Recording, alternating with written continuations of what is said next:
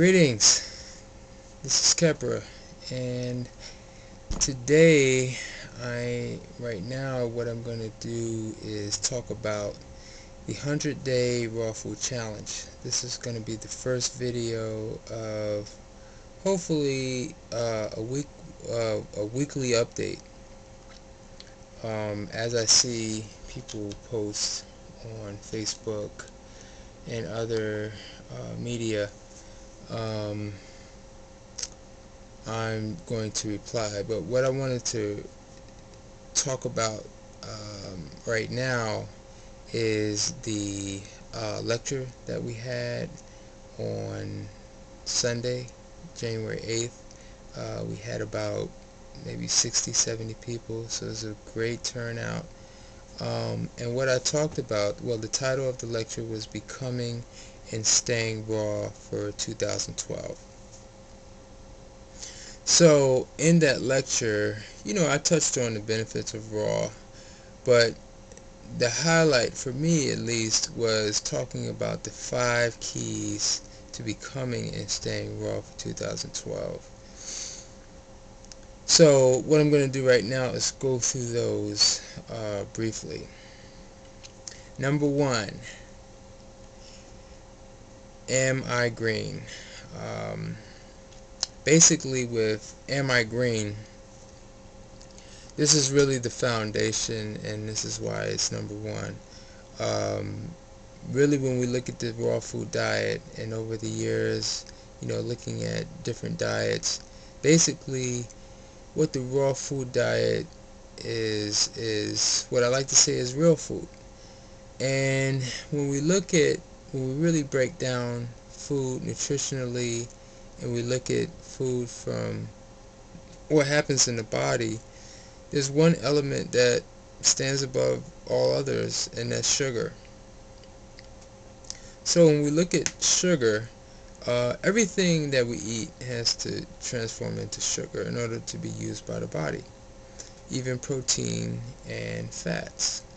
So really, we have to look at everything as a sugar.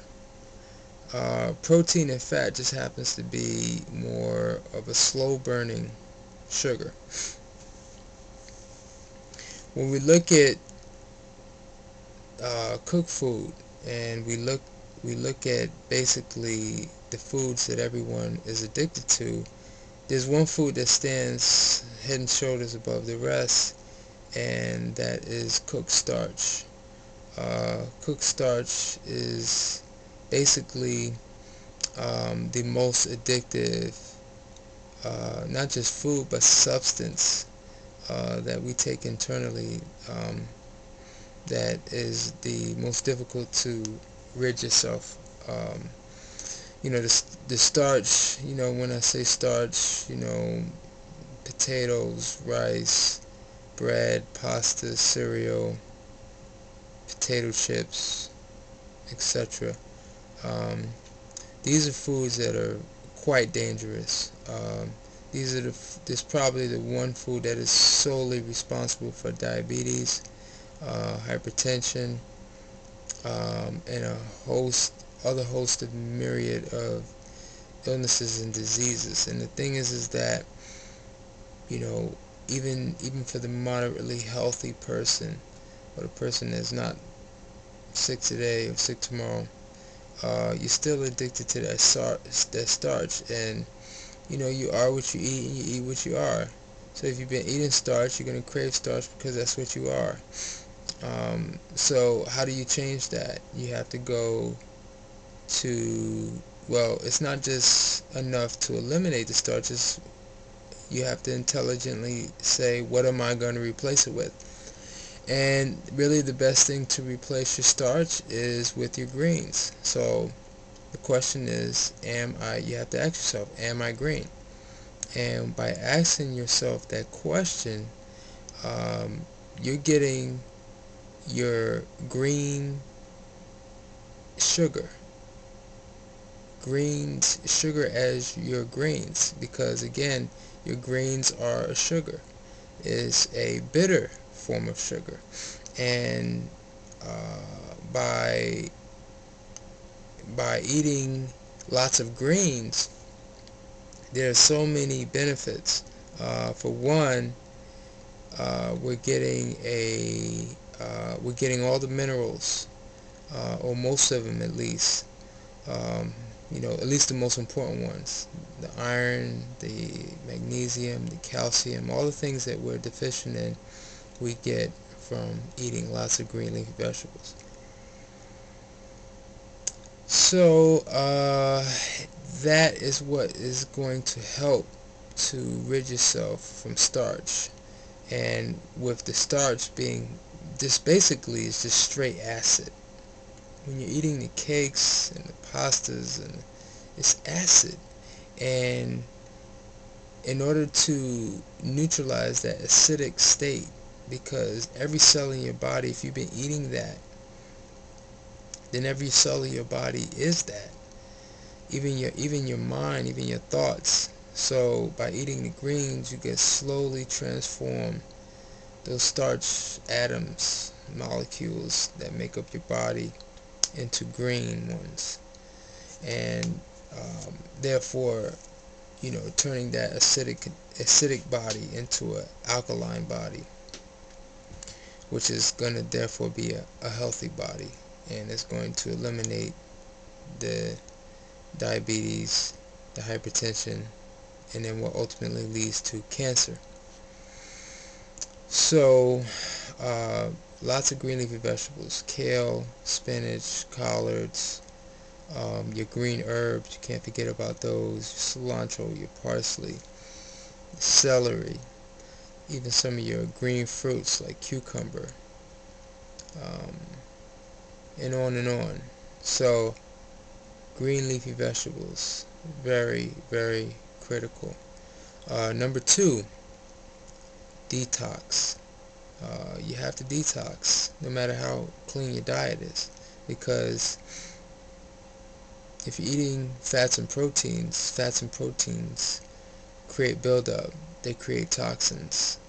And the thing is that we can't always be building. We can't always be in a building mode. We have to detox. We have to flush the system. Just like even if you drive your car on the super unleaded, ultra gasoline, you still have to give that car an oil change. So even if you're giving your body the super organic wild foods, it's important to take breaks from digestion. And when you do that, and when you fast regularly, that becomes a detoxification moment. So it's critical. Even, it doesn't matter how long, if you've been eating, raw foods for 1 year or 50 years, um, rest is rejuvenation. So we need to rest the digestive system, and that rejuvenates it. So number one is green, and number two is detox. Number three is education. You have to continuously educate yourself. You have to, watch videos like this. You have to read books. You have to do research, and it's a never-ending quest. I mean, we can continuously learn. The brain is a muscle, and the more you understand it, the more inspiration that's going to give you. So I challenge you to read at least one book every week or every 2 weeks on the raw food diet. There are many different perspectives. Not every one diet works for every person. Some people may do better on a high fruit diet. Some people may do better on a high fat diet. So it's important to be your own doctor. You have to continuously educate yourself, continuously, use the internet, Facebook, continuously. It's just a continuous process, and the more you do that, the more you'll stay inspired, the more you'll strengthen your mind when those cooked food cravings start to creep in and take over. So it's important to continuously educate yourself, read, do your research.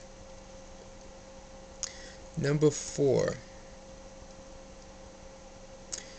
is who is in your camp. Now, this is probably this is one of the toughest ones, because, you know, what this is talking about is basically, you know, who you socialize with, who, you know, um, you know, family, friends, co-workers. If you're going to do raw, you have to surround yourself with people of like mind, body, spirit. Um, they, of course, you know, most people are not raw, or don't eat a raw food diet, so that's gonna be a serious challenge. I mean, we're very social beings, and almost any and every event that happens on a social level has food. We just had the holidays, and most people were probably going to eat what they're used to eating. So it's important to, just like with the education piece, this really sort of takes that to another step, in terms of, by you're going to have to meet people and create a new camp, not necessarily end your old camp, but you have to, you know, again, use it to your event. You know, use the opportunity to be social, to meet people, to go to festivals, to go to different expos, classes, lectures. This is when you meet people of like mind and like spirit, because it's critical. It's critical. It's absolutely can make or break. Even if you've done the first 3 steps, you know, in changing your body constitution, where you don't crave cooked foods, that social peer pressure moment can be the make or break. So, you know, preparation is the key, which leads us to our 5th and final step, is that you got to become somewhat of a chef. And it's going to be important, and because if you're traveling, or if you're just out and about, preparation is the key. Especially if you're going to a new city, you want to do your research beforehand and find those places that may not be as convenient to get to. You need to find, you know, where the Whole Foods is, or where the raw food restaurant is, if the city is fortunate enough to have one. So, but ultimately, it helps to know how to make a good salad. Um, I think most people can do that. No one's saying to, you know, get your dehydrator and start making up fancy dishes or entrees. No, but to be able to make a variety of salads, to be able to use things like avocado and, you know, nuts, seeds, olives, um, can be a make or break. So, there you have it. Number 1, am I green? Number 2, detox. Number 3, educate yourself. Number 4, who is in your camp? And number 5, become a chef. I hope you enjoyed and got something out of this. Again, any comments, questions, make sure you post them. And again, I just want to just thank all the people who are taking on this challenge. Again, share your story. We all can learn from each other. Peace and love.